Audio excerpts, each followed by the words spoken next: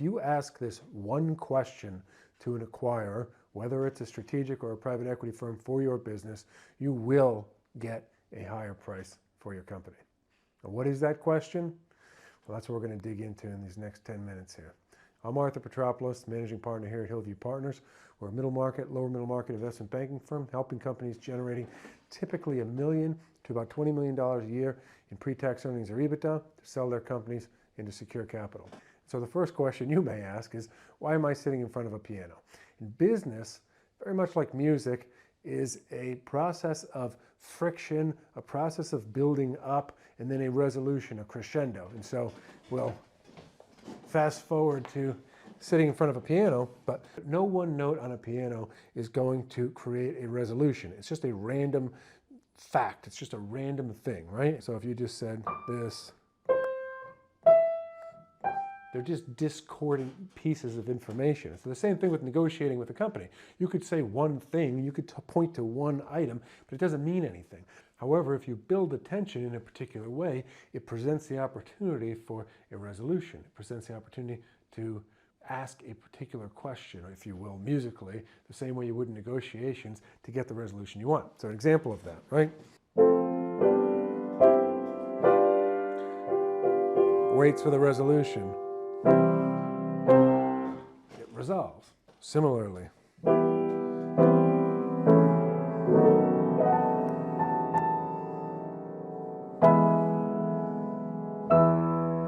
right? That's a resolution. Even going back to the old Mr. Rogers theme. I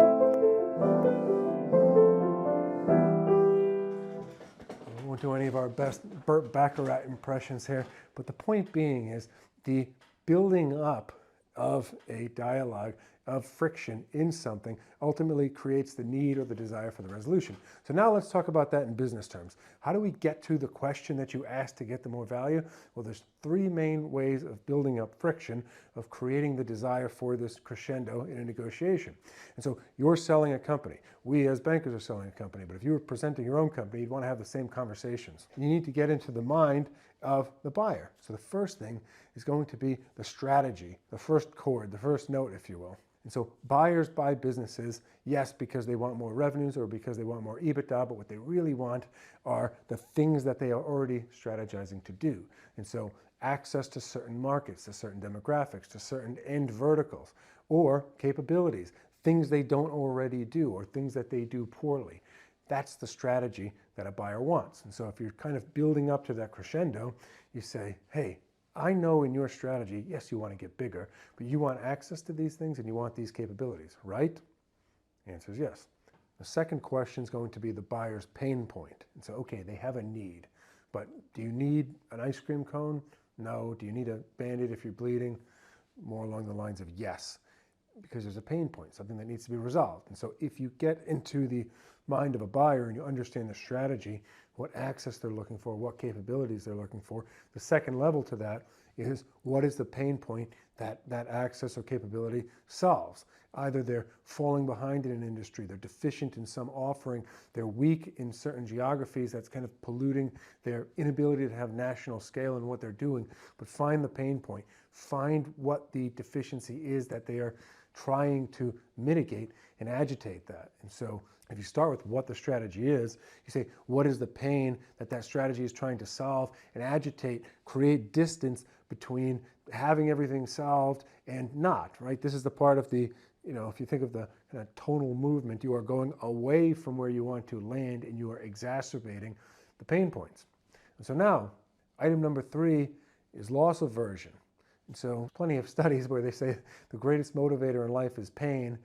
The second greatest motivator in life is the fear of future pain, and only the distant third is pleasure. And so loss aversion is the idea that someone has found the resolution to their pain. However, you're now taking that resolution or taking that solution away from the pain. And what's that doing? It's creating more distance from where someone would like to be and where they are. And so in the selling of a business sense, if you find a buyer, now let's kind of walk through each 3 of these prongs. If you find a buyer that has a strategy, They want to have access. They want to have capabilities. They have a pain because of the lack of these access and capabilities, again, creating distance between where they want to be and where they are. And now you're saying, look, there's a competitive exercise. There's 50 other parties that want this thing.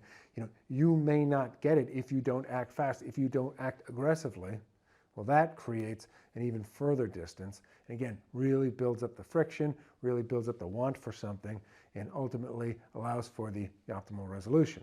And so, dovetailing back to the beginning of this video, we talked about 3 things that kind of escalate the dialogue to ultimately have one question that will increase the value of your business to an acquirer. So you have strategy, you have pain points, you have loss aversion. What is that question? The question is, how much would this cost you to build yourself? Right?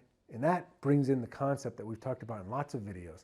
Buy versus build. You are not just selling a business, you are selling someone a path that's already been walked, a bridge that's already been built, a highway that already works, that de-risks all of their ideas about how they might do it ground up, gives them what they want today, but for a price. And so again, if you have all of this agitation and someone says, okay, what could solve this, right? And they're trying to put a price on solving it, then you don't necessarily want them to just purely look at your company and say, oh, well, it's this much EBITDA, we'll put a multiple on it. But how much would it cost you to build it yourself? How much would mitigating your own pain cost you? And if they think of the price that they were willing to pay to solve this pain, to get where they wanted to be, well, almost any price up to that point seems like a bargain, doesn't it? Agnostic of just purely the fundamentals of your business. And we're not saying they're going to just pay through the roof an infinite amount of money for everything. However, in every single situation where this path, and this is kind of one of the secrets of the trade, is trotted, this will ultimately yield a better outcome. And so as we started off, and we'll spare you from any more Billy Joel covers here, the 3 steps escalating it to the ultimate question are, what's the company's strategy? What is the pain point? Creating distance.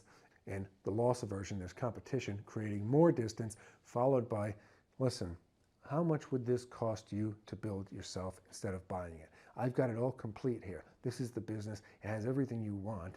Or you can take all the risk, the time, the money, the effort, the people for a maybe that it might work, but this definitely will.